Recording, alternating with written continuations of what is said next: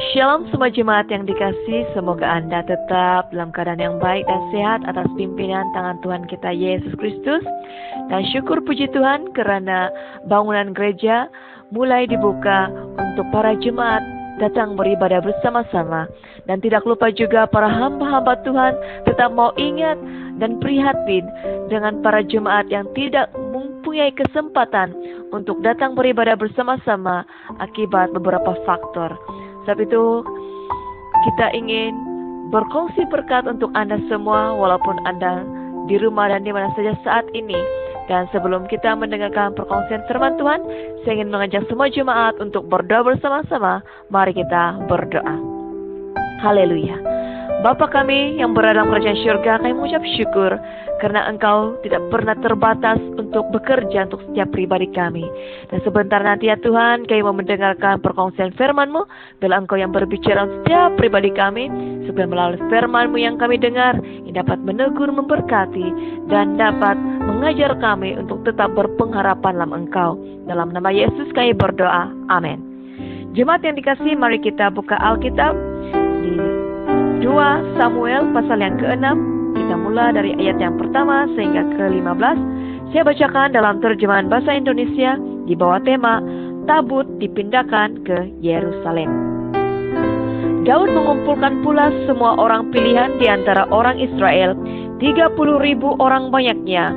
Kemudian bersiaplah Daud lalu berjalan dari Baali Yehuda dengan seluruh rakyat yang menyertainya untuk mengangkut dari sana tabut Allah yang disebut dengan nama Tuhan semesta alam yang bertakhta di atas kerubim. Mereka menaikkan tabut Allah itu ke dalam kereta yang baru setelah mengangkatnya dari rumah Abinadab yang di atas bukit. Lalu Uzza dan Ahio, anak-anak Abinahab, mengantarkan kereta itu. Uzza berjalan di samping tabut Allah itu, sedang Ahio berjalan di depan tabut itu. Daud dan seluruh kaum Israel menari-nari di hadapan Tuhan dengan sekuat tenaga, diiring nyanyian, kecapi, gabus, rebana, keluntung, dan ceracap. Ketika mereka sampai ke tempat pengirikan Nakhon, maka Uzza mengulurkan tangannya kepada tabut Allah itu, lalu memegangnya, karena lembu-lembu itu tergelincir. Maka bangkitlah murka Tuhan terhadap Uzza, lalu Allah membunuh dia di sana karena ketelendorannya itu. Ia mati di sana dekat tabut Allah itu. Daud menjadi marah karena Tuhan telah menyambar Uzza demikian hebatnya. Maka tempat itu disebut orang Peres Uzza sampai sekarang. Pada waktu itu Daud menjadi takut kepada Tuhan, lalu berkata, bagaimana tabut Tuhan itu dapat sampai kepadaku? Sebab itu Daud tidak mahu memindahkan tabut Tuhan itu ke tempatnya, ke kota Daud.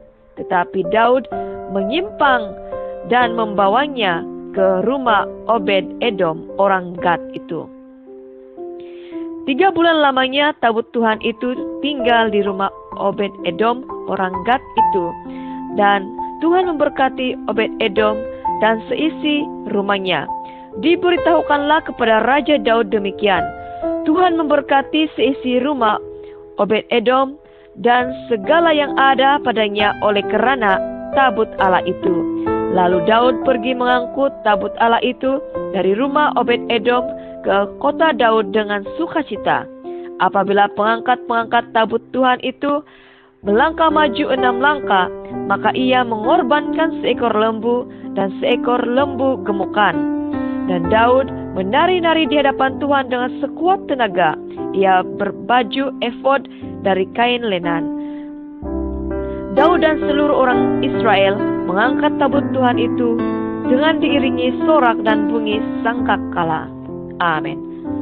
Jemaat yang dikasihi, tema umum khotbah kita sepanjang bulan Juli ini ialah diberkati untuk memberkati, yang membawa arti di mana kita telah diberkati oleh Tuhan, maka kita juga harus berkongsi berkat dengan orang lain atau sesama kita. Allah adalah sumber berkat kita semua, dan kita adalah alat-alatnya Tuhan untuk meneruskan dan mengalirkan berkat yang kita dapat dan terima kepada orang yang memerlukan.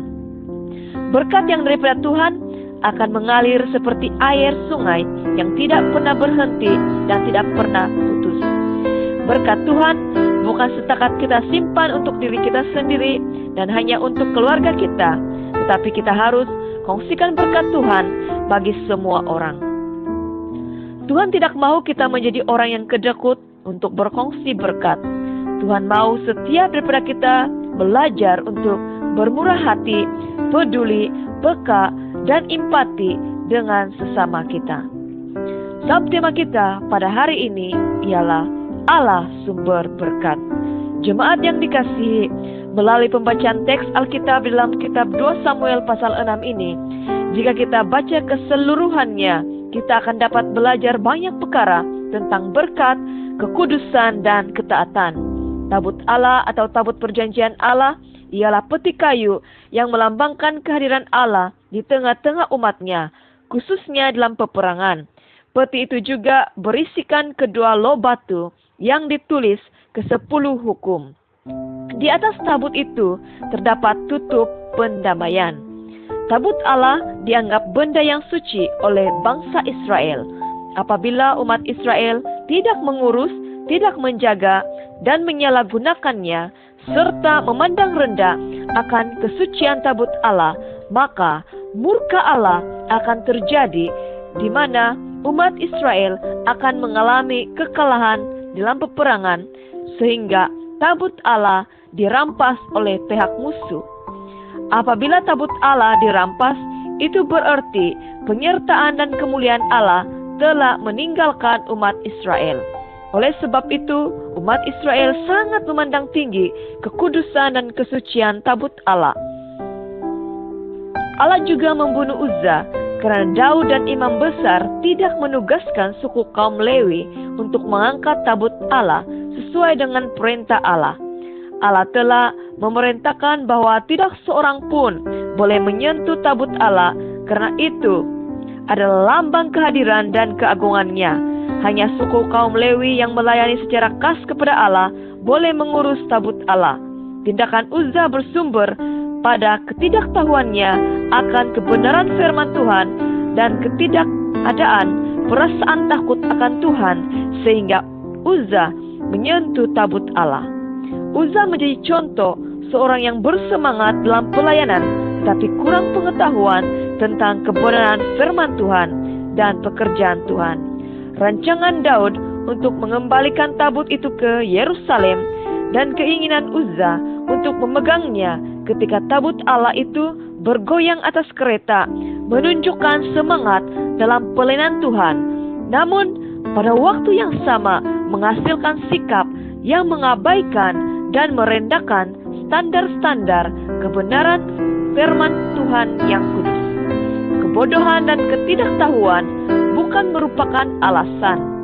Penyertaan Tuhan yang diilhamkannya dalam kehidupan kita harus ditaati bagi kita yang mengakuinya sebagai Tuhan kita. Amin. Jemaat yang dikasihi, ketika Daud melihat bagaimana Uzza mati karena menyentuh tabut Allah, maka Daud menjadi takut. Lalu Daud membawa tabut Allah itu ke rumah Obed-Edom orang Gad itu. Selama 3 bulan lamanya, tabut Allah diletakkan di rumah Obed-Edom.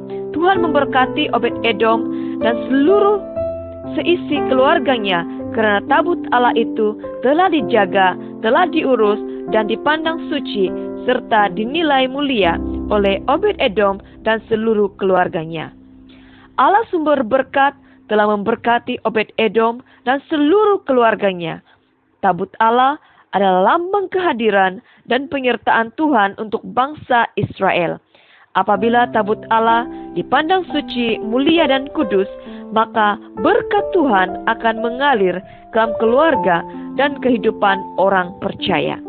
Apabila Tuhan ditempatkan di tempat kedudukan yang tertinggi dalam keluarga dan rumah kita, maka berkat akan terjadi untuk diri kita, keluarga kita, harta benda kita, bahkan seluruh kehidupan kita. Sukacita Tuhan akan ada di dalam keluarga kita. ketenangan dan berkat perlindungan Tuhan akan menyertai kita senantiasa. Di mana nama Tuhan diagungkan, di situ terjadi pemulihan, kemenangan, pelepasan, mujizat, kasih, dan pengurapan. Amin. Pada konteks kita sekarang, gereja adalah tempat yang suci sebagai rumah Tuhan. Apakah kita sudah menjaga, mengurus, dan menelayani rumah Tuhan dengan sebaik mungkin?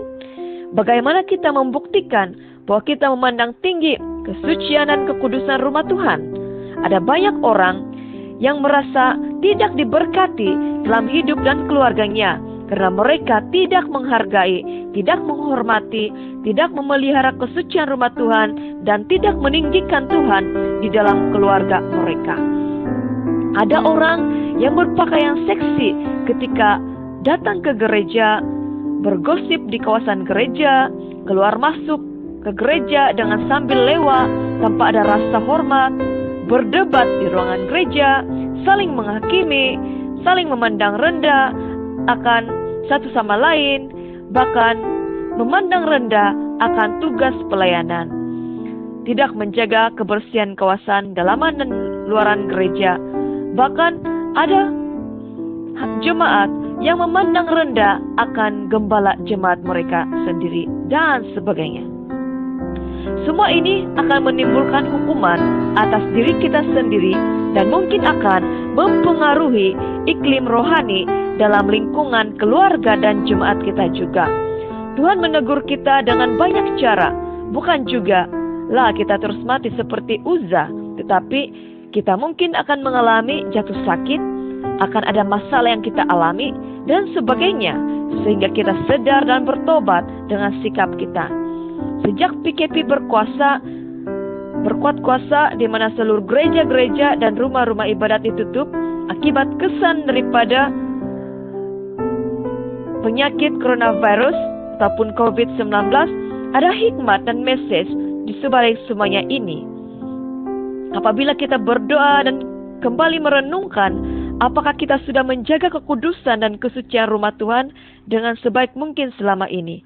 Apakah semua orang memang sungguh-sungguh datang ke gereja mencari wajah Tuhan atau hanya karena tuntutan agama saja?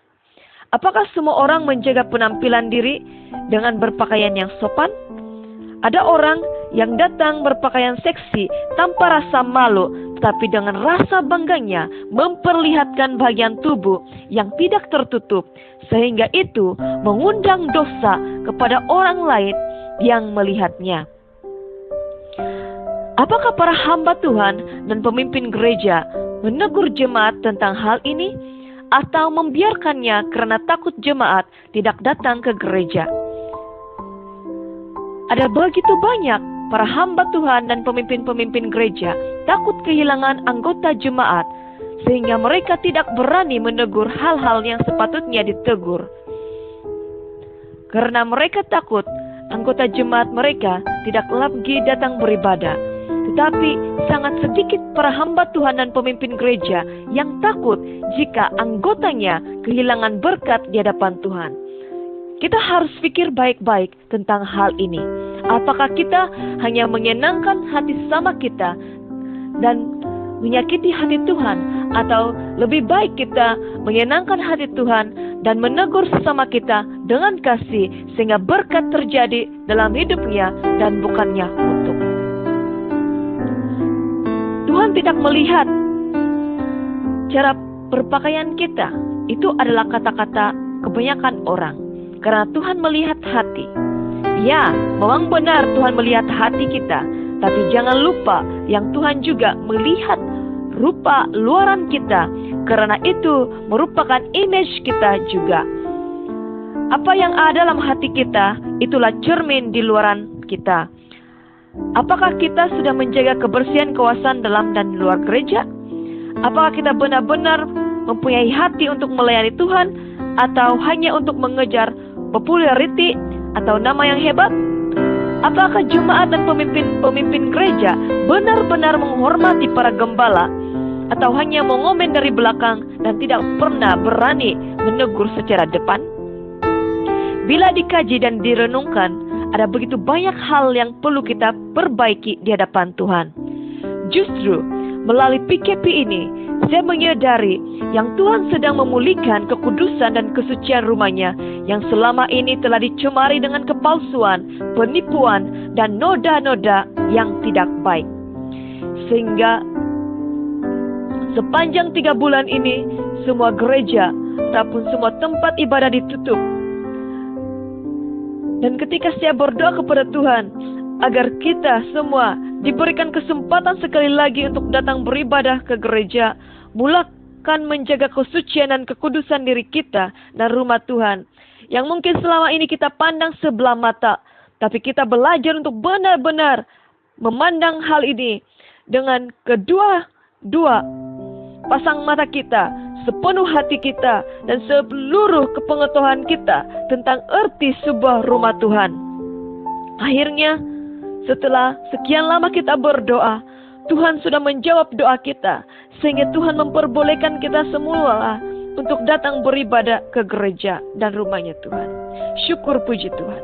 Ada begitu banyak orang berkata, gereja dan rumah kita sama saja. Ibadah saja di rumah, tidak perlu ibadah ke gereja. Tuhan itu maha hadir.